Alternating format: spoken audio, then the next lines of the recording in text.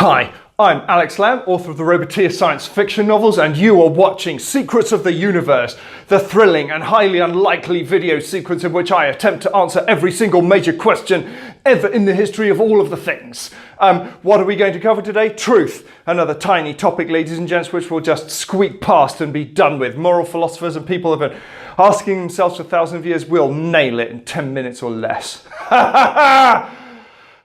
Anyway, why do I want to talk about truth? I ended up having a ridiculous drunken conversation with a religious fellow on the street a little while back. This happened because he seemed to me to be berating the good people of Santa Cruz, the town where I live, and I took issue with that. I probably had a drink too many. But anyway, suffice to say, it was actually a very worthwhile conversation because somewhere in there he said, "You science people, you're truth. What is truth?" And I had to try to answer, and I was like, well, that's obvious. Truth is, it's a thing, it's an important thing. And he was like, ha ha ha, yes, science people, you don't even know. Anyway, so that was the point at which I went home and I thought to myself, my goodness, what is truth? Do I have a pithy answer for what truth is? And conclusion I came to, ladies and gents, is that truth is congruence. What do I mean by truth is congruence? There's a mapping inside your head. You've got an idea, a model, if you like, of the world, and then there's the things that happen out in the world. If I set fire to this dog, it's likely to be uncomfortable, and then you generally try not to do that because that's a bad thing to do. Never do that, ladies and gents, out there on YouTube land. Don't. Anyway, bad example. You get the idea. There's a process of mapping that we undergo. You get the concept. So we attempt to predict what's going to happen in the world, and then we look to see how the world pans out. And of course, our model of the world is never perfect. It's always a process of extrapolation or extension towards trying to capture the idea of truth. This is just as true in science as it is in every other single walk of life. So that's what I propose truth is. Why is it interesting? Well, you can't do science without truth. Unless you know what it is that you're chasing, it's going to be very hard to do it right. And also because I think there are a great number of weird and fascinating fallacies related to truth that we have a tendency to fall into. So that makes truth interesting too. So what do I think is wrong if there are these fallacies and things? What do I think are the mistakes that we make? Well, one thing that happens is that we tend to imagine that we're proving things true. You can never prove a truth. You can never prove that something is a true thing, ladies and gents. Some fabulous fellow called Karl Popper figured that out. Just like between the mapping between your model and your mind and what's going on in the world, all you can ever do is disprove something. You sort of say, well, if I put the cat in the laundry device, don't do that either, by the way, then it'll love it. And then you're like, oh, I didn't love it. Oh, got to update my model. You can disprove a hypothesis. Look after your pets, ladies and gents, just really. Anyway, you can disprove a model, but you cannot actually prove anything at any time. All you can do is iterate towards a notion of truth, towards an understanding of how the world is.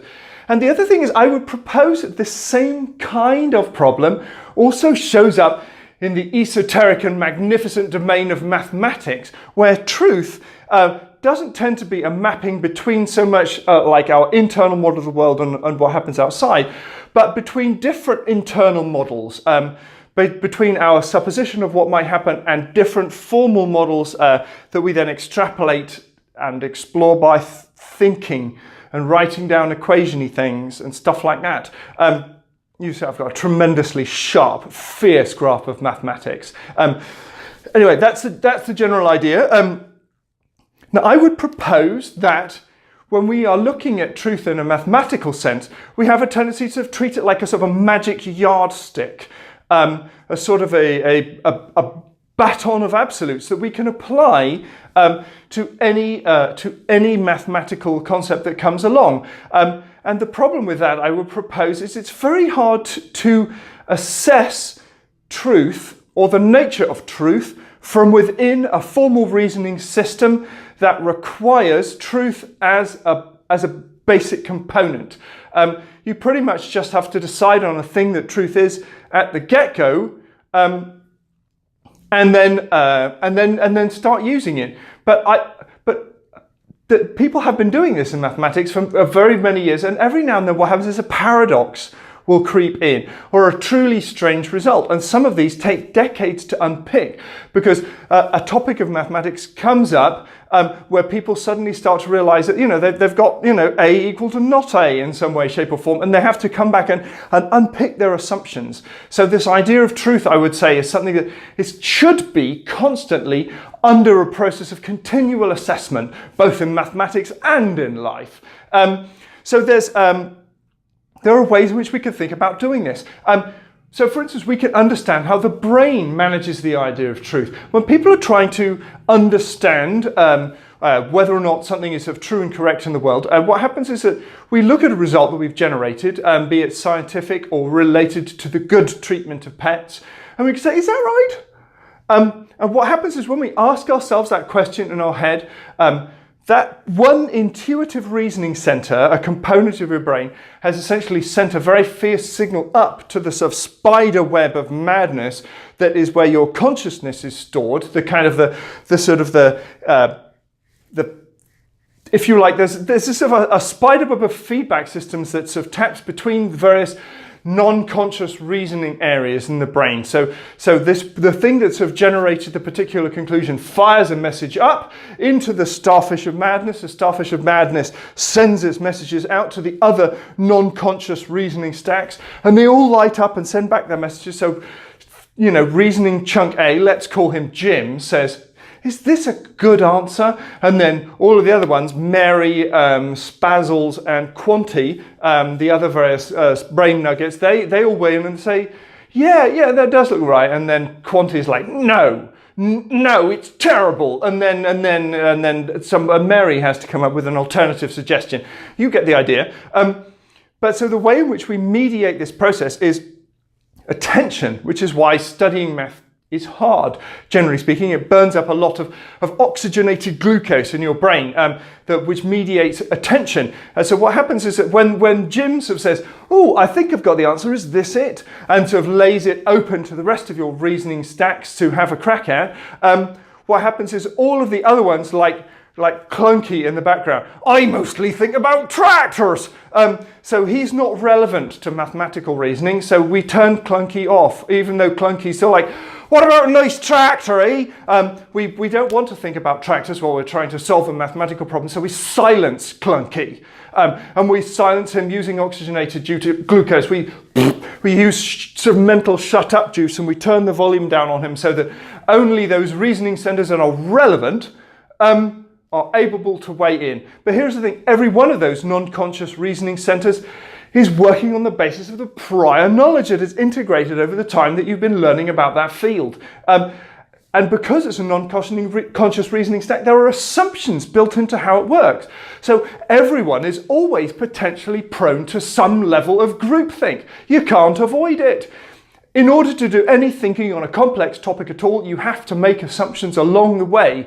And some of those assumptions are going to be balked.